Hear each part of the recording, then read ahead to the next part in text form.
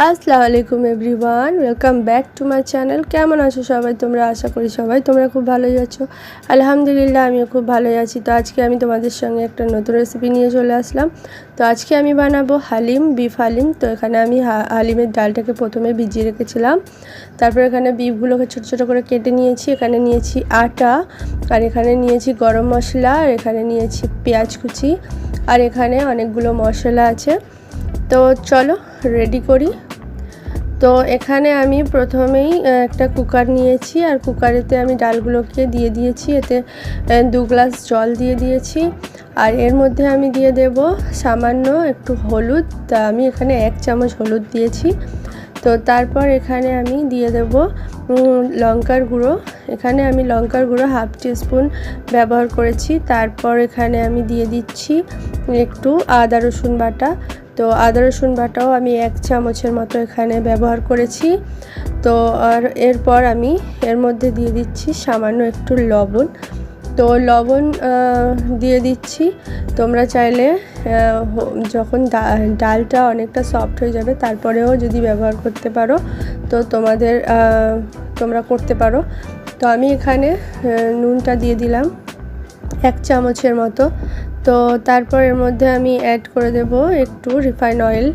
Refine অয়েলটা দিয়ে দিলে কি হয়, তাড়াতাড়ি না সফট হয়ে যায় ডালটা।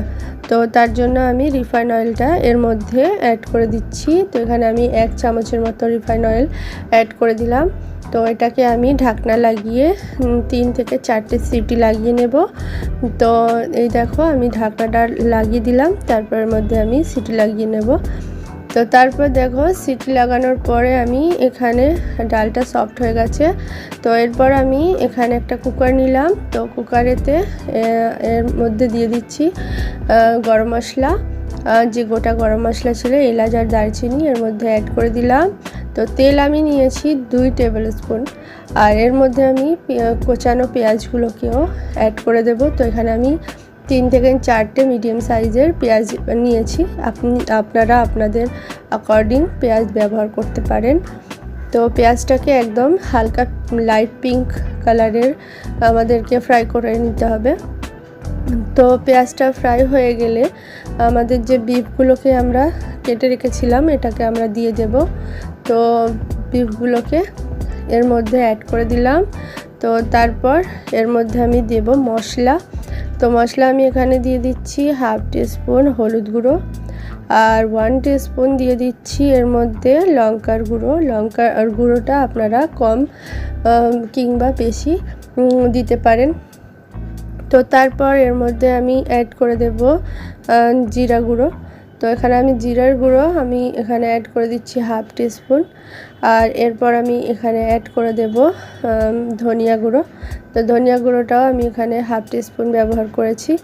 তো এরপর আমি এখানে দিয়ে দিচ্ছি বিরিয়ানি মশলা। আপনারা চাইলে গরম মশলাটাও ব্যবহার করতে পারো। আর আমি এখানে দিচ্ছি বিরিয়ানির মশলা একটু 1 চামচের মতো এখানে বিরিয়ানির মশলা দিয়ে দিলাম। আর এটাতে না খুব ভালো একটা গন্ধ বার হয়, ভালো লাগে। তো এইগুলোকে সবগুলোকে নিয়ে না এর মধ্যে দিয়ে দিচ্ছি আদা বাটা। তো আদা রসুন একসঙ্গেই বাটা। তো এর মধ্যে দিয়ে দিচ্ছি, আর এটাকে ভালো করে কষিয়ে নিলাম। তো কষানো হয়ে গেলে এর মধ্যে আমি 1 গ্লাস জল দিয়ে এটাকে একটু সফট করে নেব। তো এটাকেও আমি 2 থেকে 3টে সিটি নিয়ে নেব। তো এটাকে ঢাকনা দিয়ে ঢেকে দিলাম, আর তারপর এটাকে আমি সিটি হওয়ার জন্য রেখে দিলাম। তারপর এটা যখন সফট হয়ে যায় এর মধ্যে আমি দিয়ে দিচ্ছি একটু বিরিয়ানির আতর। এতে না খুব সুন্দর একটা স্মেল বার হয়। তো এর জন্য এখানে আমি একটু আতর দিয়ে দিলাম। আর এর যে তেলটা রয়েছে এটাকে আমরা একটা বাটিতে আলাদা করে নেব। তো চলো এইটা তেলটা আলাদা করে নিই। আর এরপর এই যে ডালটা আছে, ডালটার ওপরে এই যে আমাদের আটাটা রয়েছে, আটাটাকে এর মধ্যে দিয়ে এভাবে মিশিয়ে নিতে হবে। আর এর মধ্যে না খুব ভালো একটা হালিমের টেস্ট হয়। তো এরপরে এর মধ্যে দিয়ে দিচ্ছি কষানো বিফটা।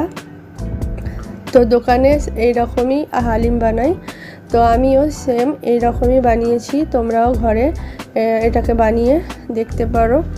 তো এরপর আমি ব্রেস্তা বানিয়ে রেখেছিলাম, পেঁয়াজকে ভালো করে ফ্রাই করে নিয়েছিলাম। তো এর মধ্যে আমি দিয়ে দিচ্ছি, তোমরা চাইলে খাবার টাইমে এটাকে দিতে পারো, আমি এইভাবে দিয়ে দিচ্ছি। তো এরপর যে তেলটা রেখেছিলাম এর মধ্যে এইভাবে দিয়ে দিতে হবে আমাদেরকে। তো তেলটাও দিয়ে দিলাম। তো বাস এর মধ্যে যখন সার্ভ করবে একটু ধনে পাতা আর একটু কাঁচা লঙ্কা দিয়ে সার্ভ করুন।